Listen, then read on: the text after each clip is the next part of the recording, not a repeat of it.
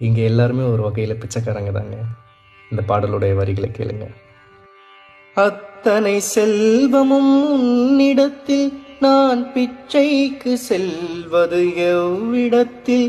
பெரும் பாத்திரம் உள்ளது என்னிடத்தில், அதன் சூத்திரமோ அது உன்னிடத்தில்.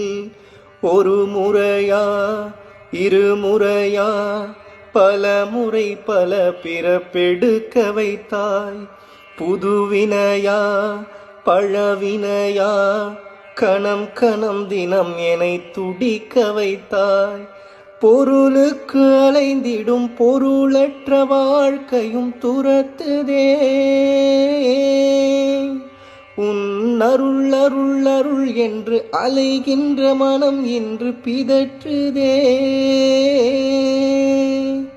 அருள் விழியால் நோக்குவாய், மலர் பதத்தால் தாங்குவாய்.